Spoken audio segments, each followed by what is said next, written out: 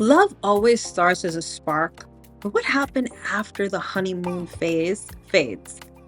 That's where the deeper layers of connection come in. The choice to commit, to trust, and to eventually merge your life with someone else's. In astrology, those deeper stages of love live in the 7th and 8th houses. These are the realms of partnership, intimacy, and transformation. So, in this video, I'm going to be doing a little bit of a deep dive into the 7th and 8th houses and what they mean for your relationship story. So, if you want to know more, stick around. You definitely don't want to miss this.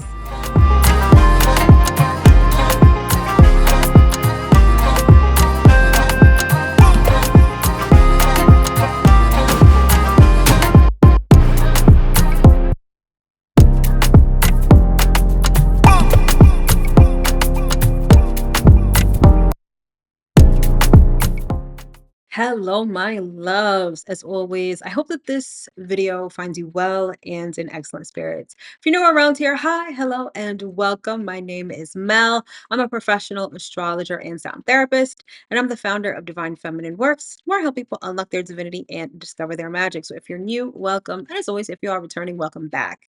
So today's video takes things a step further. So in our last video, we talked about the fifth house, which is the start of your relationship story. Now, once we've moved past the honeymoon phase, past the everything is sunshine and rainbows, and we're really getting to know each other phase, now things get deeper and ultimately a lot realer. And that is the realm of the 7th and 8th house. The seventh house is where we essentially contract and we become partners. And the eighth house is where we consummate and where we merge. All right. And so, without further ado, let's jump right in. So, to begin, I'd like you to think about and meditate on this core idea. The 7th and 8th houses reveal how you build connection, first through partnership and then through emotional and energetic merging. The seventh house is ruled by Libra, and it governs commitment, equality, and long term relationships. It's about learning the dance of we instead of me. The eighth house, ruled by Scorpio, takes things deeper. It's about trust, vulnerability, shared resources, and soul level intimacy. It's the space where love transforms us. All right. So now let's get into the seventh house, which is essentially the partnership blueprint. And the seventh house shows your relationship style and what you need in a long term partner. Okay. So let's say that the sign on your seventh house cusp is an air sign, which means your seventh house is either Gemini, Libra, or Aquarius. For you, your relationship and partnership blueprint thrives on communication and fairness. If you've got a fire sign on the cusp of your seventh house, meaning that your seventh house is Aries, Leo, or Sagittarius, you crave passion, honesty, and adventure. Let's say you've got an earth sign on the cusp of your seventh house, which means that your seventh house is either Taurus, Virgo, or Capricorn. You seek loyalty, stability, and shared goals. And then finally, let's say that the sign on the cusp of your seventh house is a water sign, which means that your seventh house is Cancer, Scorpio, or Pisces. You need emotional intimacy and empathy. Now, let's talk very briefly about planets in your seventh house. And planets in your seventh house can show how you show up in love.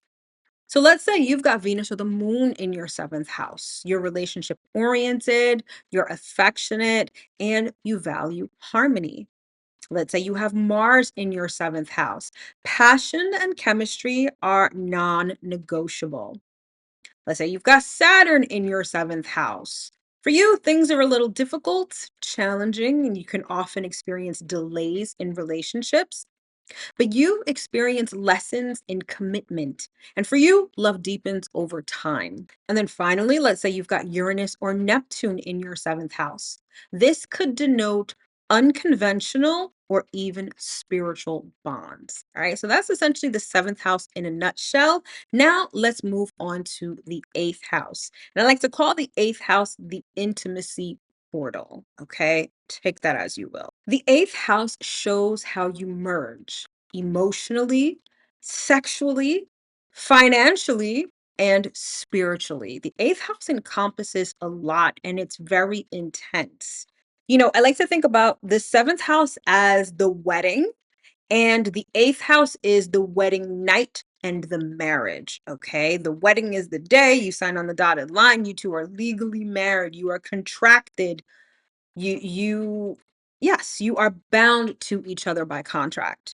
But then eighth house is when you're not only moving in together, but you're consummating the marriage, you're joining your assets, you're joining your houses, your family, and your lives. Okay. So for those who have a fire sign on the cusp of your eighth house, meaning that your eighth house is Aries, Scorpio, not Scorpio, Aries, Leo, or Sagittarius, passion transforms you. And intensity is what keeps love alive for you.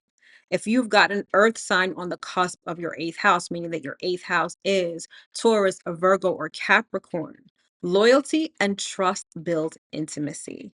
If you've got an air sign on the cusp of your eighth house, meaning that your eighth house is Gemini, Libra, or Aquarius, you crave emotional honesty and transparency.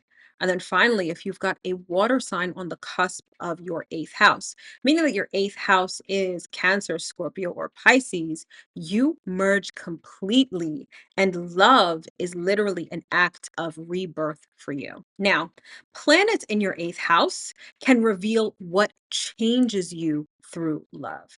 So let's say you've got Venus or the moon in your eighth house. Emotional intimacy for you is sacred. Let's say you've got Mars or even Pluto in your eighth house. Passion and power dynamics become catalysts for growth.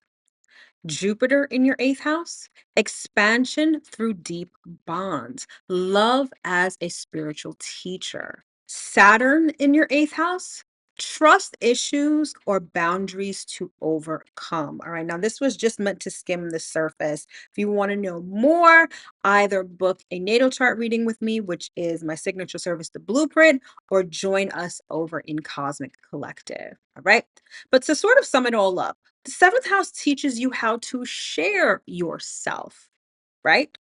And then the eighth house teaches you to surrender yourself.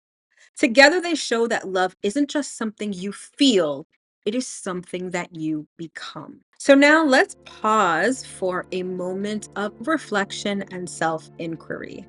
So here's your reflection for today. How do you show up when love deepens? Do you lean in or do you pull away? The seventh and eighth houses remind us that real intimacy isn't about perfection, it's about vulnerability, transformation, and trust. So revisit this section of the video, journal, meditate, and figure out the part of your relationship story that deals with intimacy, trust, and vulnerability, how you show up in that space, and ultimately how you feel about those things. If you're ready to understand the full story of your love and intimacy blueprint, then take the freestyle seduction quiz. The link is in the description box below. It's a fun little quiz that'll help you understand your seduction style, which encompasses your Venus and your Mars, so you can know exactly how you show up in relationships. All right. And again, the link to that is in the description box below. All right. And come join us inside Cosmic Collective, which is again my free online private community where we dive deeper into relationships, attraction, and transformation every week during Cosmic Chemistry Fridays. I like to think of it as my open office hours where you can ask questions, even about your natal chart, and we dive deeper into the subject matter of the week's video. So you definitely don't want to miss that. If you're interested in joining, you can either scan the QR code on the screen or hit up the link in the description box below. All right, my love. So that's pretty much all I've got for you for this video on the 7th and 8th houses in your natal chart and what they show you about love, commitment, and intimacy. I think that when most of us think of relationships as it relates to astrology, we automatically default to the 7th house and maybe sometimes even the 8th house.